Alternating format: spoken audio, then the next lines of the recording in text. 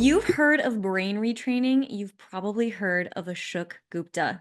He is the founder of the AIR, that's Amygdala and Insula Retraining Neuro Immune Hypothesis, which explores the root causes of our symptoms, chronic fatigue, pain, anxiety, and more, and provides a science-based approach to true healing. If you've ever been told that it's all in your head, that you can't heal, or that you feel like you've tried everything without the results that you so desperately seek, this is the podcast for you. You are going to learn all about amygdala and insula retraining. It's not all in your head, it's in your brain and your nervous system. And we're going to talk about how that all works. Ashok is an internationally renowned speaker, filmmaker, and health practitioner, and he founded the Gupta Program. And he's dedicated his life to supporting people through chronic illness and achieving their potential. We're going to talk to him today. I'm so excited for you guys to hear about this. You can learn more about him by going to his website, guptaprogram.com. That's Gupta program.com. Or you can connect with him on Instagram at Gupta Program.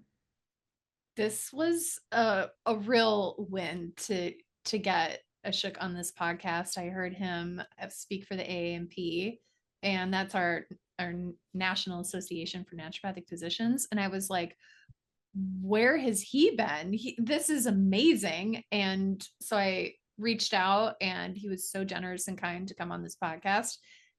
This conversation was amazing. Yeah.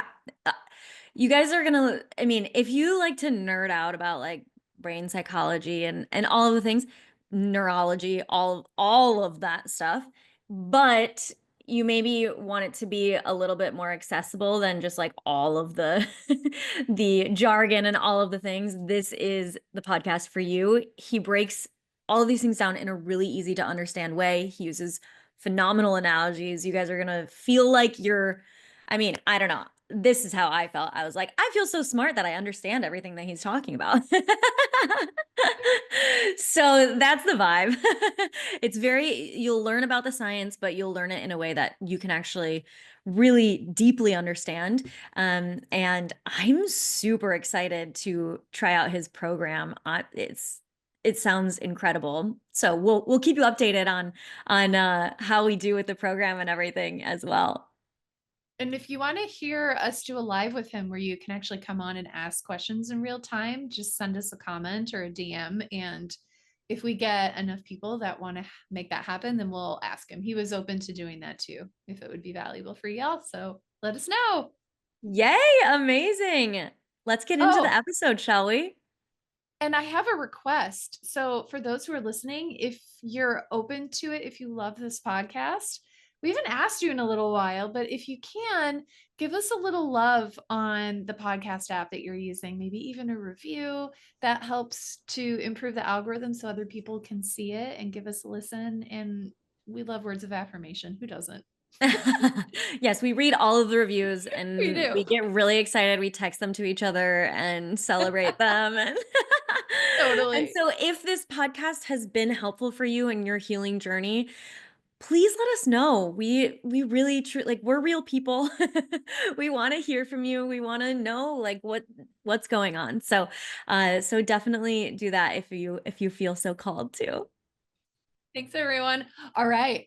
Let's get into it. Yeah. Well, so tell us a little bit about yourself, about your journey. What brought you here? Yeah, so like many of us who've taken this journey to support patients with chronic conditions, it started with my own challenges, my own kind of suffering and where that took me along a journey. So this started in the mid-90s when a lot of these types of conditions, chronic fatigue syndrome, fibromyalgia, weren't even recognized. They were seen as, dismissed by doctors. Oh, it's all in your head. There's nothing we can do for you. So I was studying as an undergrad at Cambridge, and I was, in my second year, I was burning the candle at both ends, tons of energy, loads of things going on. And I got some kind of virus. It was like a stomach bug and a flu type illness. And I didn't think much of it. And the flu seemed to go away, but I seemed to deteriorate. My body felt exhausted all the time. I couldn't think, I couldn't concentrate. At my worst moments, I had to crawl to the bathroom because I had no energy. I was almost like housebound a lot of the time. And I would go from doctor to doctor saying, look, what's going on here? And they would say to me, we don't know what you have. We don't know what to call it. There's no treatment for it. You might have this forever. Goodbye. And Mm. that, for, as you can imagine, a young man, was like a brick wall in front of me. And that started like a lifelong quest to understand these conditions. And my worst moments, I was almost, suicidal, thinking this is just feeling so awful. And for people who don't know what ME or chronic fatigue syndrome feels like, it's like your worst day of flu times 5. So you can imagine just not an ounce of energy, no matter what you do. And in that moment, I said to myself, I made a contract with the universe, and I said, if I can just get myself, a little better, 50% better, 70% better, I will dedicate the rest of my life to helping people with these conditions, because there's untold suffering with them and not many avenues that they can pursue. And the most timely moment was when I was in a bookstore in Cambridge, and I saw a book in this, because I was looking for, in those days you wouldn't research on the internet, you would go to a bookstore to try and figure out what on earth was going on. So I was in the self-help section, then I was in the neurology section trying to understand, and there was a book that was just jutting off the shelf, and it just called to me, and I picked that book off the shelf, and it was called The Emotional Life of the Brain by Professor Joseph Ledoux, and he was the foremost expert in the 90s on the amygdala. And I read that book and I thought, oh my gosh, this is what is going on. And I put, lots of different pieces of brain neurology and psychology together. I came up with a hypothesis as to what was causing the condition. And then in an ad hoc way, I retrained my brain. I got myself 100% well, and then opened a clinic to treat others. And I published my medical hypothesis in 1999, and then it was in Medical Hypotheses in 2002. And since then, we've obviously published the program in 2007 as a DVD program in those days, conducted lots of medical studies. We've now got 6 or 7 medical studies under our belts, and we now have an app. So yeah, that's been the 30-year journey to get us where we are now. So you were like in your prime, you were in school, you were studying, and then you got this infection. And even though the infection seemed to resolve, it's one of those never been well since experiences that many of us have. Exactly. And I honor your experience. I really resonate with that. I know a lot of our listeners do, where you go from doctor to doctor and they tell you, well, you can't get better from this. It's just the way you're going to live. And I always want to remind people that what they're actually saying is, I don't have the tools and resources to help you get better. And exactly. you didn't let that brick wall stop you from doing the doctoring for yourself, if you will. And you dug and you researched, and then the end is this amazing story of triumph. And I really honor that. And so you were doing this research, you read this book by Joseph Ledoux, and Ledoux, thank you. And so it started, this hypothesis started brewing. So tell us more about that. Like, what stuck out to you? What was a little different for that?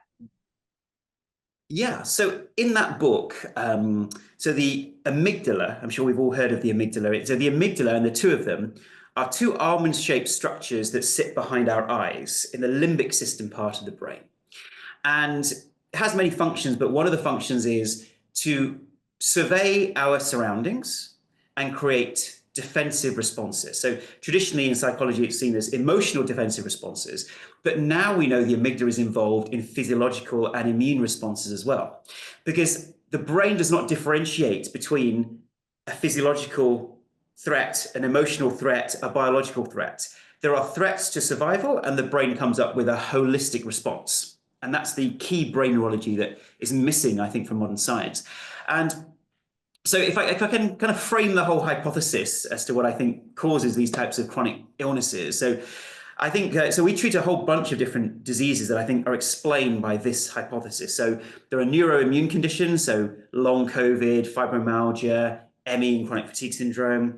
Then there are pain conditions, then also autoimmune conditions, and finally sensitivity reactions, so mold, Lyme, chemical sensitivity. So I think they all come under this banner of what we call neuroimmune conditioned syndromes. And I'll explain this hypothesis.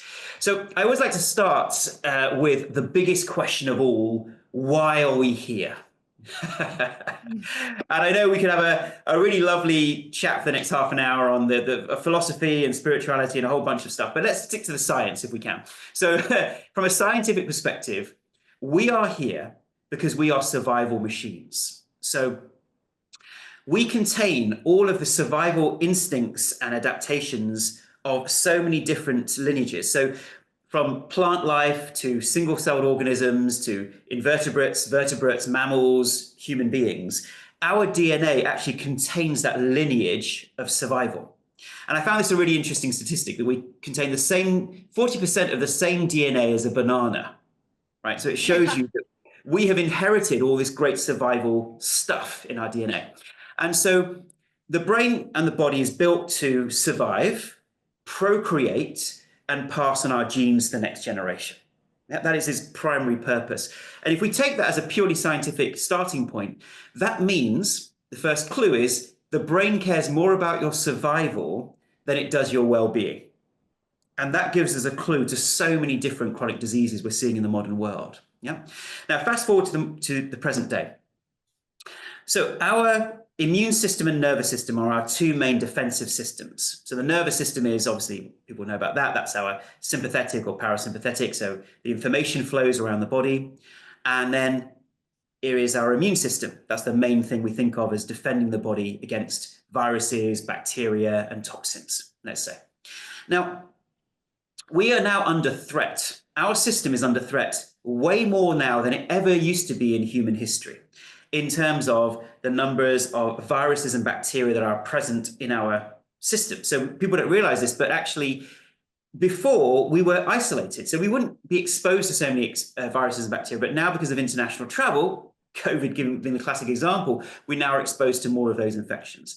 And now, of course, we have more toxins in our environment. So pollution, food toxins, water toxins, environmental toxins, all of these things are more in our system. So our system is more under threat.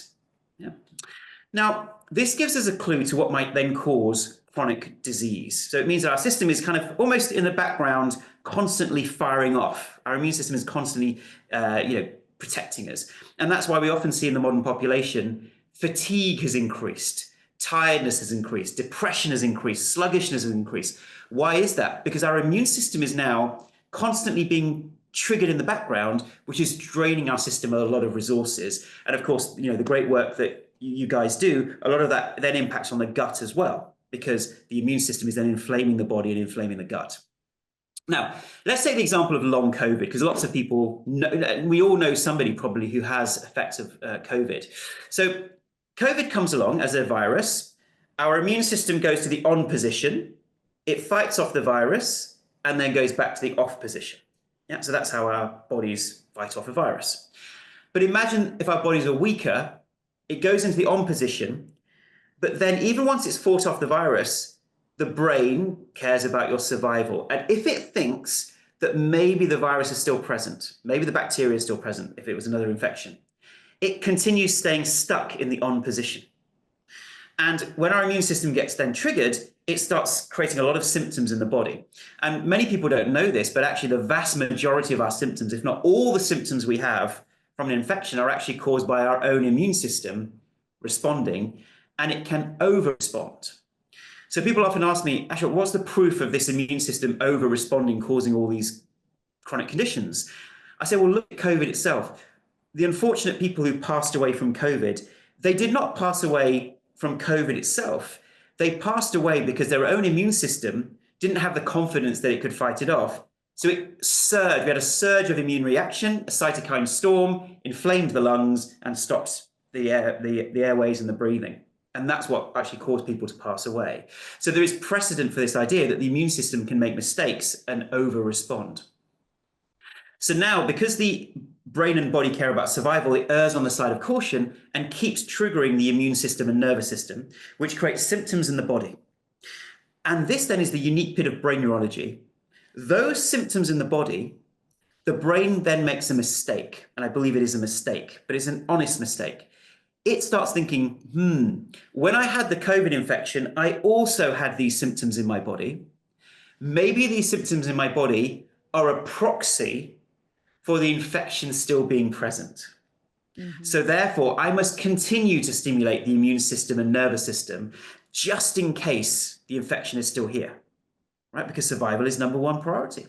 So then the brain starts stimulating the immune system and nervous system, creating the symptoms in our body, which then loop back to a hypersensitive, hypervigilant brain that's stuck in a survival response. The brain says, aha, I knew we were still in danger, triggers the immune system and nervous system, creates the symptoms in our body, and around we go in that vicious cycle. Yeah. And I believe that that is the root cause of so many different conditions, chronic conditions that we are seeing in the modern world. And I believe it also explains even depression, even anxiety. And of course, Nicole, I know about your work with panic, and even panic, I believe, follows this similar neurological pathway as well. So that in a nutshell is the hypothesis. And if I may, I can also share, I think, Nicole, you heard this on the previous presentation I did, this fairy tale analogy, which then really brings it home to people. They can really get it and understand it. Yes. So I want you to imagine that you are the queens of your kingdom. All right, you can have a joint kingdom if you like, but let's say it's you have your own kingdom, okay? So you are the prefrontal cortex, the rational mind. You are the queen of your kingdom, and the kingdom is your body. Yeah, and you have an army, which is your nervous system, and you have a navy, which is your immune system. So your army and navy defend the kingdom against incoming invaders. All right, and let's now imagine there's been a drought in your kingdom. So because there's a drought, the kingdom is weaker, and of course the army and navy are weaker. Now in comes an invading army at totally the wrong time now, because it's a drought. In comes the invading army. Your army and navy now have to work twice as hard to fight off this invader. And that invader can be a virus, a bacteria, a toxin. It could be pain, like localized pain, something causing pain in your body. So your army and navy are galvanized and they fight off this invader. But because they were weak, it took them maybe twice as long to fight it off, which is why we get that long period of post-viral fatigue. And even then, the brain thinks, I don't know if we fully fought off this virus. So the virus or the invaders might be hiding out in the forest or in another village or behind a hill. So they keep firing off their weapons of war. Yeah, your army and navy, firing off the arrows, firing off the cannonballs. But some of those start falling back into the kingdom. And that's where you get the inflammatory response in the body and the gut. You start getting autoimmune effects. And now opportunistic spies start flourishing in the kingdom, if we can extend the analogy that far. So now opportunistic viruses, infections, Lyme, mycotoxins, those start flourishing in the kingdom because the army and navy aren't able to deal with those. The Secret Service is underfunded. The army and navy are now focused just purely on fighting off this invader who is long gone.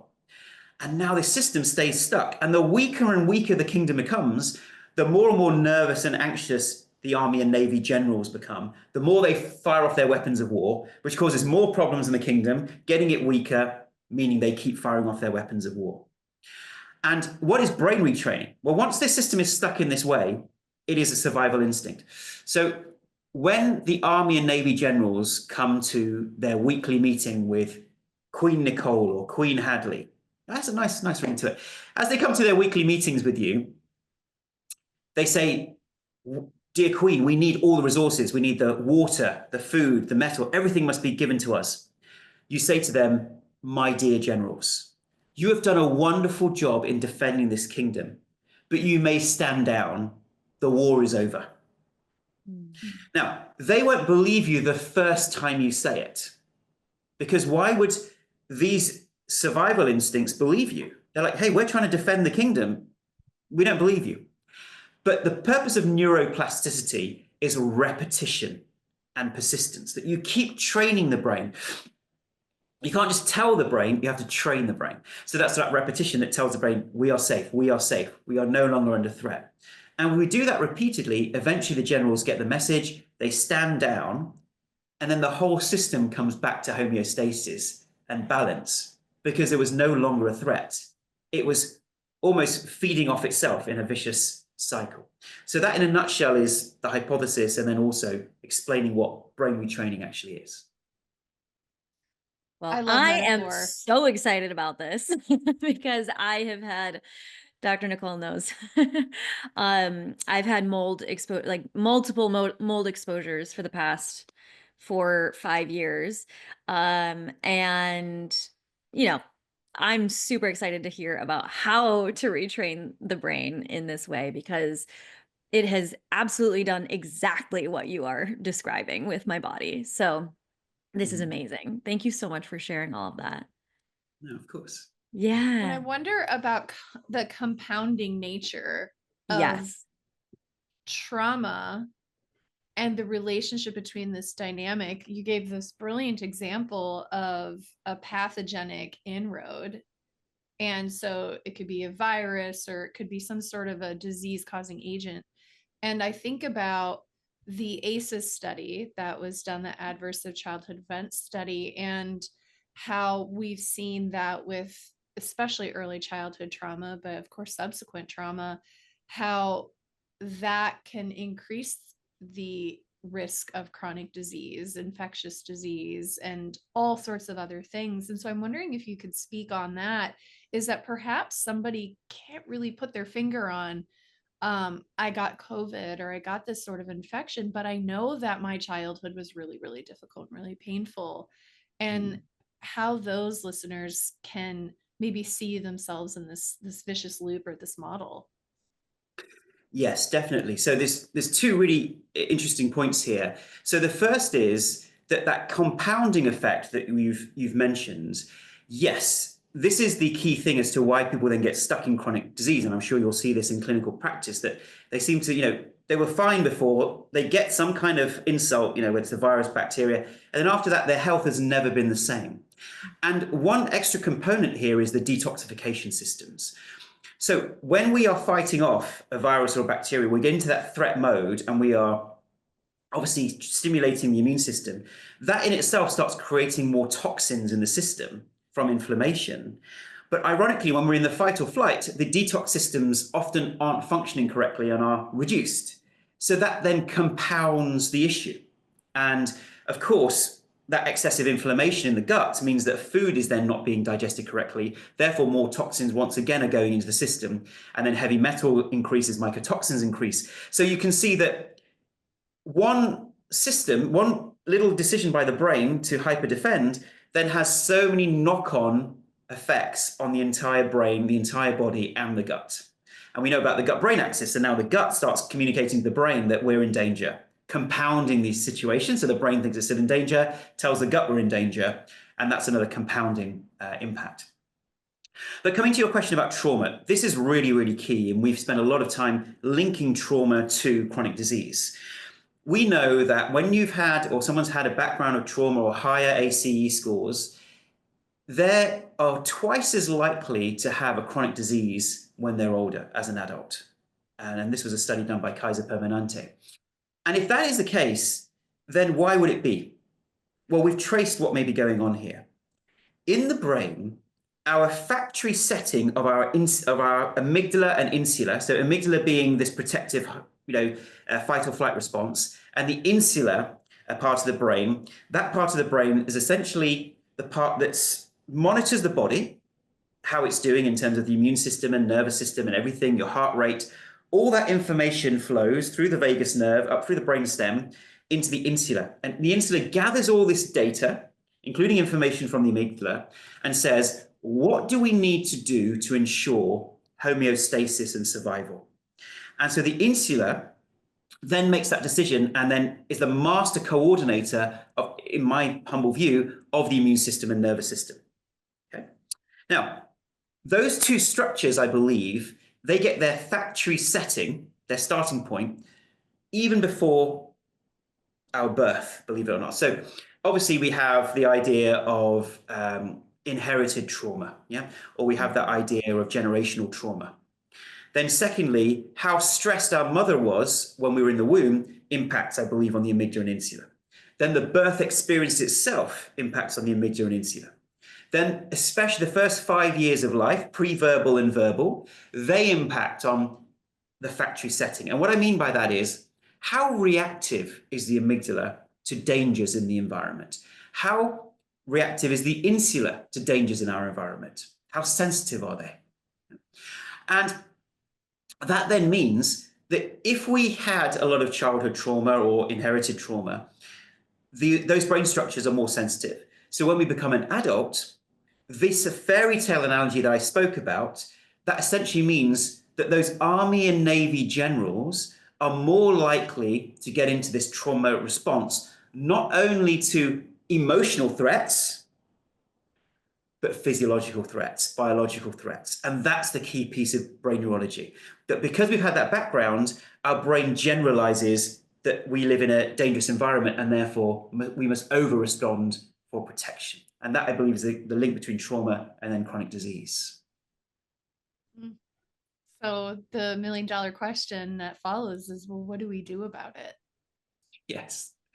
Okay. Well, the good news is that if you think about all of these different conditions, we've mentioned a bunch of them. So there's neuroimmune conditions, autoimmune conditions, pain conditions, environmental conditions. If you look at the range of those conditions, there have hardly been any pharmacological agents that have shown improvement for any of those diseases. And even if we look at anxiety and depression and panic, apart from, massively just shutting down the brain with beta blockers or whatever, there has been shown no particular agent that is successful at treating those conditions. It can manage the symptoms. And the reason is because I believe all of these conditions are not hardware problems, they're software problems. Yeah, to use the IT analogy. So the modern medicine is set up to treat hardware problems. But if the software of the brain and the body is over-responding, it will cause a whole cascade of problems in the body that we will do our best to fix, and we should do, supplements, diet changes, lifestyle changes. Those can make a big impact. But ultimately, we've got to go to the core programming in the brain. And so the good news is that now I believe that as we've done more of this research, as we're getting deeper into the brain and understanding the brain more, we're opening up the brain that used to be a black box and discovering that actually a lot of these modern diseases are caused in the brain and their fix is in the brain. And this doesn't mean they're in the mind. Very, very different. It's not in the mind, but it's in the brain. And we spend a lot of time trying to explain to our patients the difference there. So how do we change this? Well, this is the process of neuroplasticity and brain retraining. And I think the area where this is most developed is in the pain industry or the pain field of medicine, where actually people are understanding that a lot of chronic pain, we can't just keep chucking opioids and the whole opioid crisis behind that and painkillers. We have to start realizing that the pain networks and pain systems themselves are malfunctioning and need to be retrained. And therefore, even things like hypnotherapy or other types of approaches are proving very popular. So how do we deal with this? So the way to think about this is the brain, it has created a neural pathway in a field. So imagine a field and a river running through the field. So the brain's pathway is, the stimulus is, I can detect symptoms in my body or threats. The interpretation is, this is highly dangerous and life-threatening. The response is, create an over-the-top immune and nervous system response. So that's almost a neuronal pathway and connection. That's the river flowing along the left-hand path. But we now want to divert the river onto the right-hand path. The right-hand path says, yes, I can detect threats in my environment or threats in my body. The interpretation is, that is not an issue. That is not a threat to me anymore. So the response is a benign response. That is the new pathway we want to dig. Now, but the issue is that ground is frozen. So that river keeps flowing because the ground is frozen. It's not going to change. And we can dig a new pathway, but if the ground is frozen, it's going to take a long time and be very difficult. So our first stepping stone, or the first step to healing, is calming down the nervous system, regulating the nervous system, which then loosens up the soil of the brain and makes it more neuroplastic and rewirable. So the first thing we do in the program is, how can we regulate our nervous system? And I'm sure you see this in clinical practice, that the people who have these chronic conditions, often they are hyper-aroused in the sense of their nervous system. So that involves breath work. That might be meditation. That might be visualization. That could be a massage. It's whatever helps that person regulate. And that's where we focus. That's the first step of the program, the first level. And until people have done that, their brain is not necessarily ready for the core, which is the retraining. Now, once they've regulated to some extent, then the second level of the program is retraining the brain. And that's where we first of all use somatic techniques, what we call somatic retraining, to train the brain through awareness of the body itself. So that's our second stage. And then the core of it is something we call the 7-step brain retraining, where we train a patient to recognize the unconscious danger signals. This is on the periphery of consciousness that we have no control over normally. But we train a patient to recognize that and to reroute the river again and again and again. And eventually we dig a new pathway so the brain gets the message, oh, we're not in danger along the left-hand pathway, we are actually safe on the right-hand pathway, that we no longer need to elicit this defensive immune and nervous system response.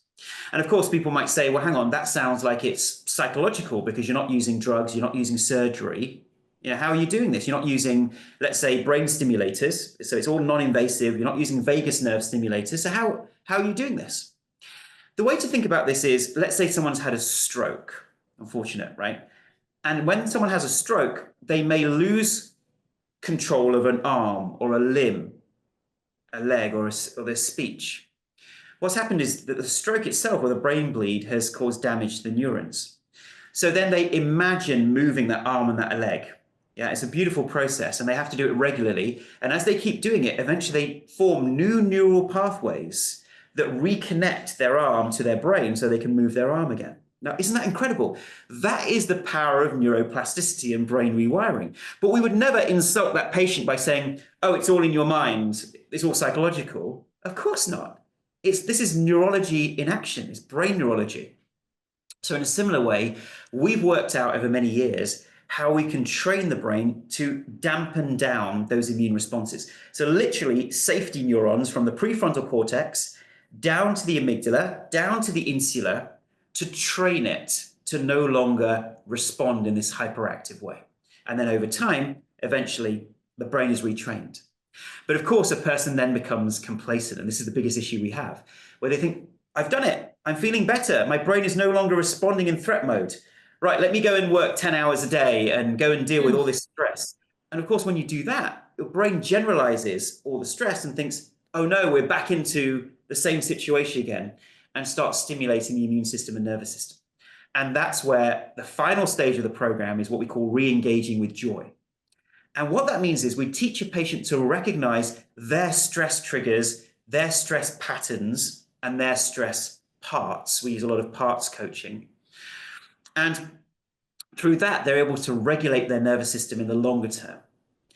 And connected to that, they're able to understand, why did this condition come to me in the first place? So we believe a lot of these conditions are actually what we define as spiritual course correctors, where they are informing you about something in the way you were living or your personality that needed course correcting and shifting and changing. And sometimes that can be an illness, sometimes that can be a divorce, sometimes that can be a change of job. All of these come as opportunities for these dark nights of the soul that eventually are a cathartic moment of transformation into something new and something different. And when patients understand that, then everything shifts and they completely look at their bodies in a different way. Yeah, so that's the process of healing. Wow. This is amazing. And you're so good at breaking it down in such an easy to digest way. Your analogies are, Dr. Kane is really good at analogies, but I feel like you're giving her a run for her money.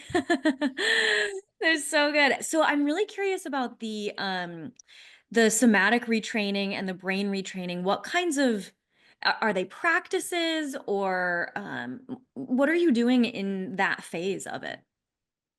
They are practices, yes. They are specialized neural techniques, and neural can mean so many different things. Yeah. But I'll give you a very silly example, right, that can really bring this home for people, because I think that's the number one question we get. Like, what is it? What is it that you're doing? So let's take the example of a physiological reaction. So I'm going to now create a physiological reaction in you, and I want you to do your best to stop it. Okay, the best that you can do to stop it, knowing that it's not real. All right, so I want you to imagine that I'm going to take a slice of lemon, and I'm going to place that slice of lemon on your tongue, but I don't want you to salivate. Really important. Okay, so you've got that slice of lemon on your tongue. Oh, it's really sharp and tangy. Oh, you can feel those very, very tangy juices on your tongue, but you don't bite into the lemon yet. Don't bite into the lemon. Don't salivate. And then you bite into the lemon. Imagine biting into the lemon. Oh gosh, even more sour in your mouth. Okay, but you don't salivate. Okay, so what's happening now? Is there any extra saliva in your mouth? I just have to swallow. Yep. Now, let's just take a step back to think about that.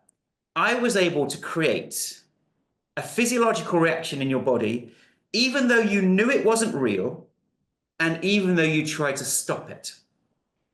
Even though these physiological responses are normally what we call autonomous. We don't normally have control over our saliva glands or any of these kind of and we normally don't have control over our immune system. It's automatic. But imagine, just like that silly example there, if we were able to now regain control over the immune system and nervous system using these specialized restructures. So what we do is, with a somatic technique, first of all, is we train a patient to recognize those danger signals in the physical body, the physical sensations of danger. And normally we have a resistance to that. So we train a patient to recognize their resistance to those physical sensations and to retrain them. So that's some of the somatic retraining, some very specialist ways of doing that that are very unique to this approach. And then the 7-step process, we have a big twister board that you put on the floor. And what you do there is once again, we train patients to recognize those danger signals. And each time they come, each time your immune system is about to trigger, about to respond, causes inflammation, you are able to go through these 7 steps, which involve self-talk, breath work, safety signaling, relaxation, self-coaching, physical movement, a whole bunch of different things to train your brain in a different direction, in a different way. And remember, these have to be very powerful because we are retraining a survival instinct. So it's almost like you put your hand on a hot plate. I always do this. I don't know if you have this when you go to a restaurant, when the waiter says, excuse me, sir, the plate is very hot. My first instinct is, oh, come on, how hot can it be? And put my hand on the hot plate to see how hot it is. I don't know if you have that thing, right? Yeah, you do that, Nicole? Yeah, exactly. It's just one of those temptations. How hot is it really? Don't tell me what to do. I'm going to, do it. So in a similar way, if you imagine you put your hand on a hot plate, what happens? Your hand instantly goes off. It's automatic. But imagine you had to train your hand that plate feels hot. It feels dangerous, but actually it's cold. Your brain would take a lot of persuading and a lot of training to come out of that protective response. And so that is the power of neuroplasticity. It's intensity of the persuasion, the emotion that's put into the persuasion, the amount of imagination that goes into it, but most importantly, repetition again and again, and not being complacent about it. And that's a very important point, because most people in our modern world, you have an illness, you want to pop a pill or a supplement and say, that's it, that's my investment. This does require a little bit of time each day to practice, to create those new neural pathways. Just like learning a musical instrument, if you just practice, once a week, you're not really going to create those new neural pathways. It requires more regular practice. That was me when I played piano. I practiced like right before my lesson. Exactly. Didn't really make a lot of progress. Yes. Yeah. I'm wondering about if so many of us who deal with either pain or anxiety or depression, the conventional treatments have involved medication. And so they're treating issues at the hardware. So if people are wanting to do this brain retraining, and let's say that they're on a benzodiazepine like Xanax or Valium, and their access to tasting the saliva or the lemon or whatever it would be going into the feeling, if that's dulled, is it going to be less effective? And do people need to take less medication so they're more reactive? Or like, how would you navigate that? So we always encourage our patients to keep everything the same. Because if you're, as we all know, if you're coming off benzos or SSRIs or all kinds of different things, that's going to have impact on your body. So then you don't know what's working. So we keep everything the same, and we go through first regulating the nervous system, then retraining the brain. And as people improve, then very slowly they can start coming off the medications.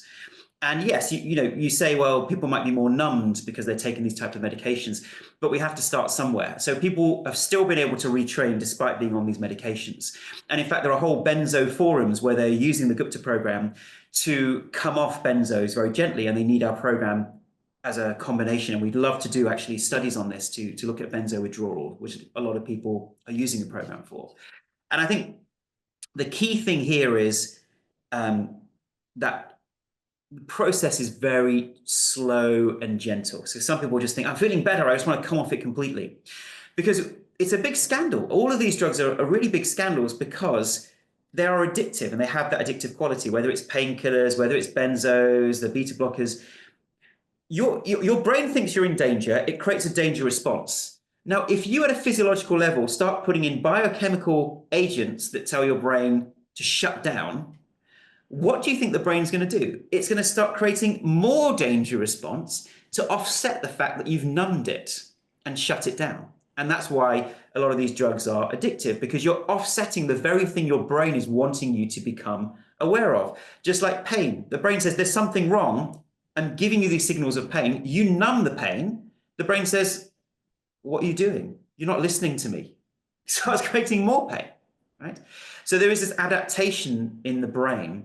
And, and this is a really interesting area, like, for instance, vagus nerve stimulators. So there are people using vagus nerve stimulators.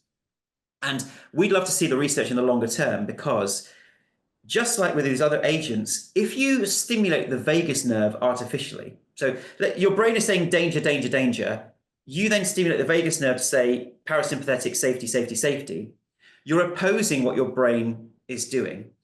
And I don't know if you've had this experience, but our patients tell us that they've started using these vagus nerve stimulators, and initially they had a response and they felt that their nervous system was calmer. But over time, the effect actually went away.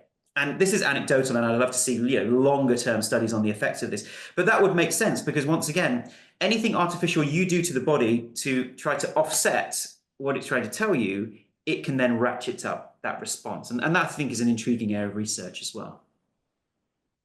I really appreciate that. We've been talking here on this podcast about vagus nerve stimulation, so I really value and appreciate that. In terms of, people ask me, well, is this addictive? Is that addictive? Is melatonin addictive? And I think similar to what you're describing is that anything that we exogenously bring into our body, whether it's a pill, a supplement, a medication, or even vagus nerve stimulation, is that it's almost like the law of physics. Like, if the body is pushing in one direction and we're trying to push it in another direction, that at one point, one or the other is going to give out. And so we're in a constant state of adaptation. And so if that root cause hasn't been addressed and that pattern hasn't been reprocessed or reprogrammed, then eventually, yes, your melatonin supplement, you won't be able to sleep without it because your body is adjusting and adapting to that.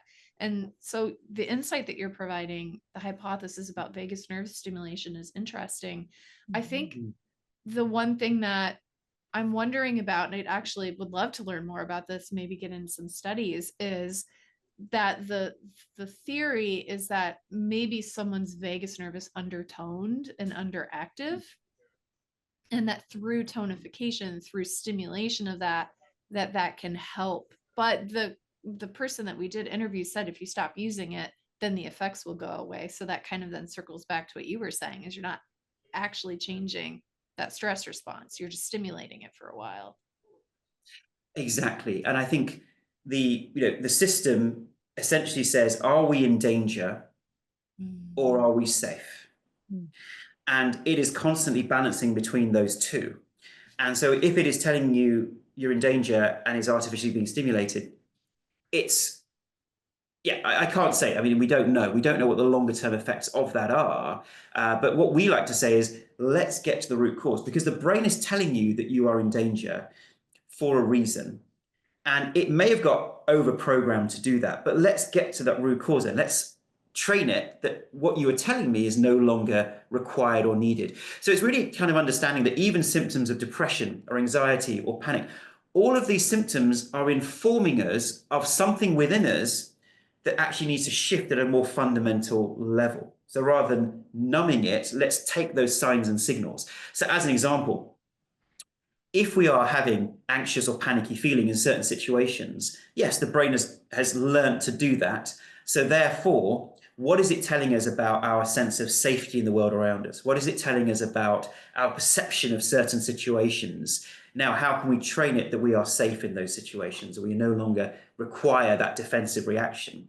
And if we can do that, that in itself helps us as human beings, because we now are programming and strengthening our prefrontal cortex to regain control over these anxious reactions to our environment. So there's a strengthening in that then longer term helps us to become more mature beings when it comes to other threats that our brain may perceive. So all of these things are strengtheners if we choose to treat them like that. That's so vitalistic. I love that. Yeah, I'm also curious. So these practices that you do for brain retraining, somatic retraining, all of that kind of thing, are those something that you then maintain for the long term? Is it something that you have to keep doing every single day, or is it like once you're done, it's like every, week or whatever? I'm curious what the maintenance looks like after the fact. It requires just the top-ups and just the awareness. So what happens is you've dug the right-hand path. So the river is now flowing along the right-hand path. Now, what happens in your brain is the brain is very efficient. So if you don't use it, you lose it, as we say. So now the left-hand path the soil starts filling in that left-hand path riverway. This grass starts growing, right? But we know world, they do scans of river valleys from millions of years ago, and you can still see the river valley. It's still there if you take the right scan. So the pathway is still there because the brain, once it learns a new defensive pathway that is a survival response, it never truly erases that imprint in your brain. And that we don't have absolute proof from that, but from animal studies, we know that it's still there. So therefore, if the river's running along the right-hand path, happy days. But of course, if some stress comes along, which moves the ground around and some of that water starts going along the left-hand path, and you start becoming more aware of more symptoms in your body, and there may be a threat going on, or a new virus comes along. Yeah, a lot of people, they get healthy from these chronic conditions, but a virus comes along and knocks them back on the left-hand path. That it's super important that the person goes back to the tools to reorient them, take themselves back to the correct path. So once people have dug it, they don't need to keep doing the program for the rest of their lives, but is that awareness and maintenance is still required. And so therefore we encourage people to continue with the regulation of their nervous system, awareness of stress levels for the rest of their life, because they will need that, because that is the reason the condition has come, is to inform them that they have this sensitive response and that is causing them stress, and therefore to regulate themselves better and indulge in self-care. And I think about the complementary systems, and so somebody may go down that old pathway, and that old pathway involves coping mechanisms like eating sugar or staying up late or doom scrolling. And so I like the incorporation of the holistic approach and that sort of trauma informed approach of, well, and Hadley talks a lot about this, and her whole shtick is healthy, happy Hadley, and all the healthy habits. And, am I staying up late? Am I using a screen? Am I eating sugar? All those different things in addition to that. And so I think that's really, really wonderful. A question that's coming to mind is what about somebody who doesn't necessarily have like they have a pre-verbal inroad. So maybe they had a difficult birth. So I'm thinking about a client I had years ago where when she was born, it was a really traumatic birth experience. And then she didn't get skin to skin. They had to helicopter her to a specialty hospital. And ever since then, she's had a lot of difficulties, tons of emotional symptoms. But then also, it's interesting, you talk about the neuroimmune hypothesis. it's all immune system and it's all psychological, like behavior and emotions.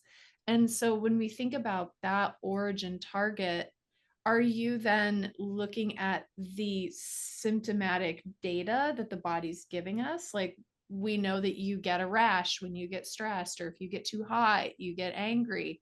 Tell me more about that. Our genes are not our destiny. Mm. Our childhood is not our destiny. The events that occurred in our lives are not our destiny. It is all the legacy that is left in the brain. And the promise of neuroplasticity is whatever your past was, whatever your inheritance was genetically, there is this idea of the epigenetic factors. So the lifestyle factors, the stress we put ourselves under, whether we meditate, whether we breathe, all of these things can dampen down that inheritance, but not only dampen it down, it can actually rewire it. And we see this in many of our patients. They'll come to us and say, before I did the program, I was constantly anxious, constantly hypervigilant. I had 7 different conditions I was seeing a nutritionist for and a naturopath. And I was doing all of these different things. But now, after regulating myself, I now feel completely different, like I'm a different human being, in the sense that I'm more aware of my triggers. I'm able to keep myself more regulated. And therefore, a lot of these downstream effects have reduced. And of course, it's not a either or. Like, we, of course, want people to take good diet, good supplements, deal with toxins. All of those things are complementary and super important as well. And when people do this piece as well, they find it has a deeper, longer term impact. And therefore, that's what I would say, is that if we learn the right tools and techniques, we don't have to live that genetic legacy or inheritance that we think is our past. And of course, even in trauma work or therapy work, we have to be careful that we are acknowledging what has happened and the pain of that, but also not going into too deep a story that I can't do anything about it because look what happened to me, because that's disempowering. So that's why I would say our genes and our past are not our destiny. They can be retrained. All that's happened, all that exists right now, that has ever existed, is this present moment. Everything that ever happened no longer exists, just the present moment. So in this present moment, it's simply that legacy. And that is under our influence and eventually our control to change. Such a story of hope. And I almost feel like wrapping with that story of hope, because I could probably ask you questions for days. And yet it's so easy to over intellectualize. And instead, I almost want to stop with that story of hope. But before we do that, is there anything else that someone who's listening to this conversation that is like, oh my gosh, my genes aren't my destiny, my trauma isn't my destiny? Anything else you want to make sure that they hear? Yes, well, at the risk of going left brain, I did want to also share, which I think is very important, the science behind it and the studies that we've done. Because what happens is there's 1,000,001 cures on Instagram, right? You can go onto Instagram, you can go onto now social media, and everyone's touting, we can help you with this, we can help you with that. And what really matters is the objective data and the studies. And so for us, what's really important is verifying all of this with studies. And so I thought I'd just share a bit of data that I think is very fascinating. So we've done now 4 randomized controlled trials, which have all been independent, and 2 clinical audits.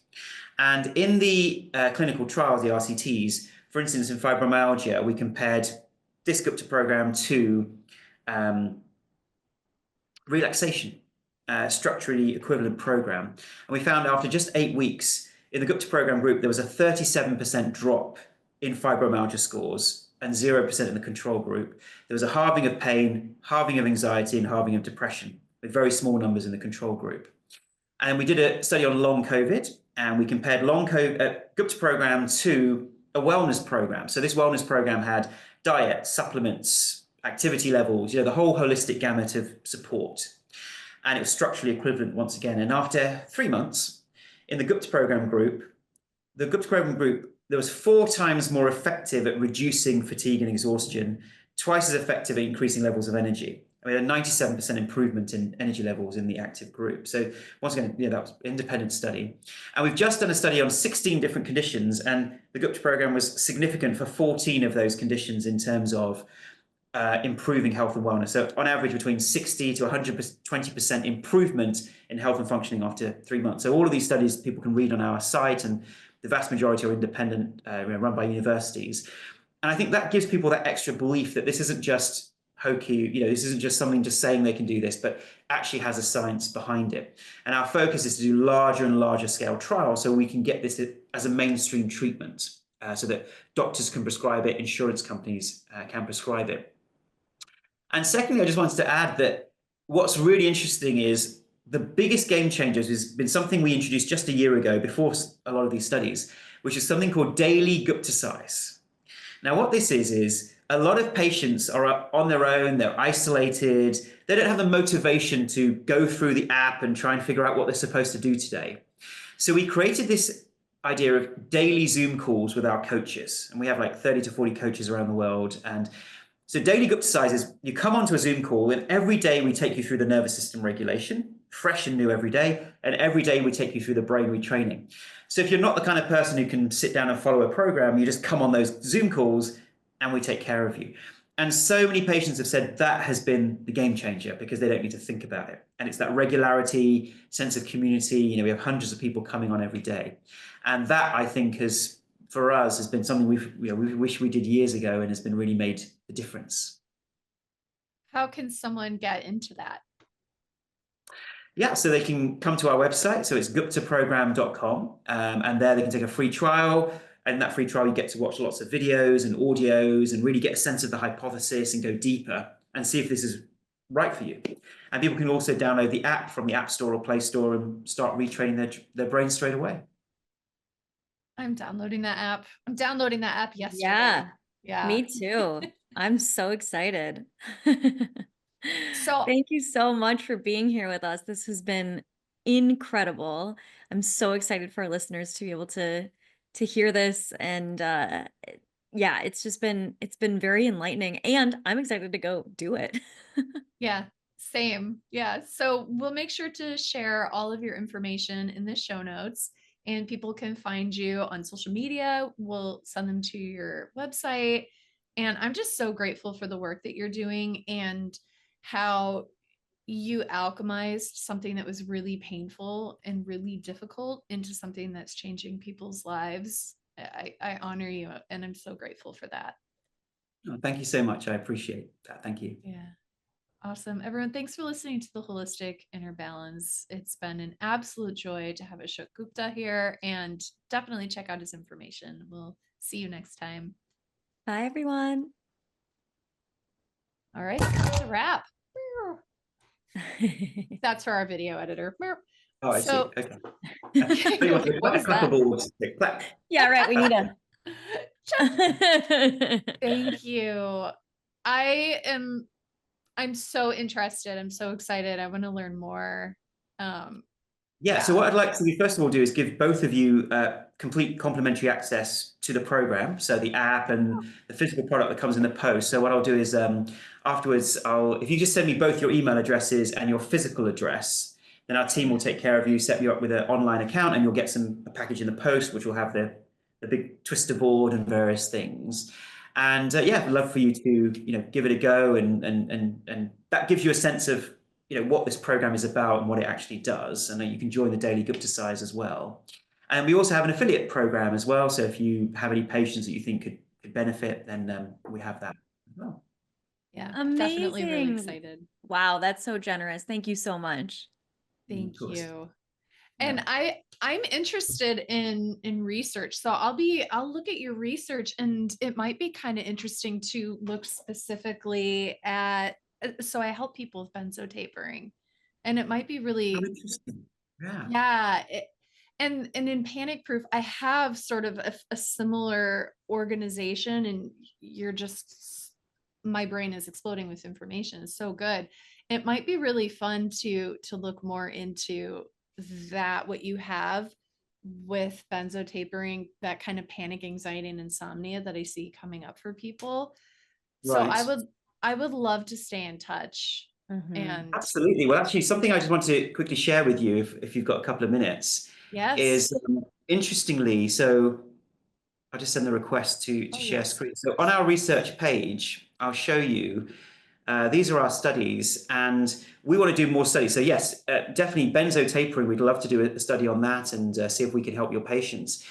But in terms of the timeline, the clinical audit that we did was an independent audit. We looked at the percentage improvement in health and functioning after 3 months. And look, we had 100% improvement in panic with N equals 34. So we are having very good results with panic and benzo tapering as well. Yeah, just That's there. incredible. Yeah. So many people are just Ashton purists, and I think that it's pretty amazing that you have people doing the Gupta in the forums, those benzo forums. Like, they're a tight-knit group, and it's hard to get in with them. And so it's such a testimony to how much this helps that you're seeing that on your studies and that they're in there with you. Yeah, absolutely. So, if you have patients, there could be a way that, because we have a whole team conducting our research, it could be that there's several ways of setting it up. It could be people do your treatment first, and then they do ours sequentially, and then we see if we are able to help your patients up and above the work that you're doing. Or it can be a parallel one that we become each other's control group and we see what's improving. Or it could be they do your program and they do your program plus our program. So then we can see what percentage improvement we have up and above the work that you're doing. So there's many different ways of setting up a clinical trial like that, or you could just treat your waitlist people. But I think that would be really exciting. We know with panic we get a really good response. That's great. That's awesome. Yeah. So I'll reach out. I'll kind of noodle on that and I'll reach out to you. I believe that we just emailed this morning, so I have your contact information. I'm grateful for the time that you had for us today. And thanks again for your grace with the technology. Totally fine. I think I just have to now tell my executive assistant that always check the link to come in, because I don't think she's checking. So then I suddenly have a minute to spare. Like, oh no, there's no link. So I make sure that I have a link next time. And I saw your Instagram, because I think you've got quite a large Instagram following as well, haven't you? So if at any point, you can digest on this, you can obviously have the program. If at any point your Instagram followers would like to do a Q&A where, we can talk about what's, your experiences of using the program even, and then there could be a Q&A. I'm, really open to that, because it's great to engage people on those platforms. Yeah, we could do an Instagram live. That would be great. Yeah. That would be awesome. And I have a membership of people who are already investing in their health. And I think that it's like a good warm audience, like a good top of funnel for adding value to them. So let's for sure do that. Thank you for your generosity with the program. I'm really excited to dive in. I have issues sleeping, and so that will be my target. Right. Yeah. I think we actually have sleep exercises that you can listen to that people just say this completely knocks them down to sleep. And there's a whole video on sleep as well. And so, yeah, you'll enjoy it. Amazing. Wonderful. Thank you, sir. You rock. I appreciate you. Yes. Thank you so much. Yeah. Take care, guys. See you later. Bye.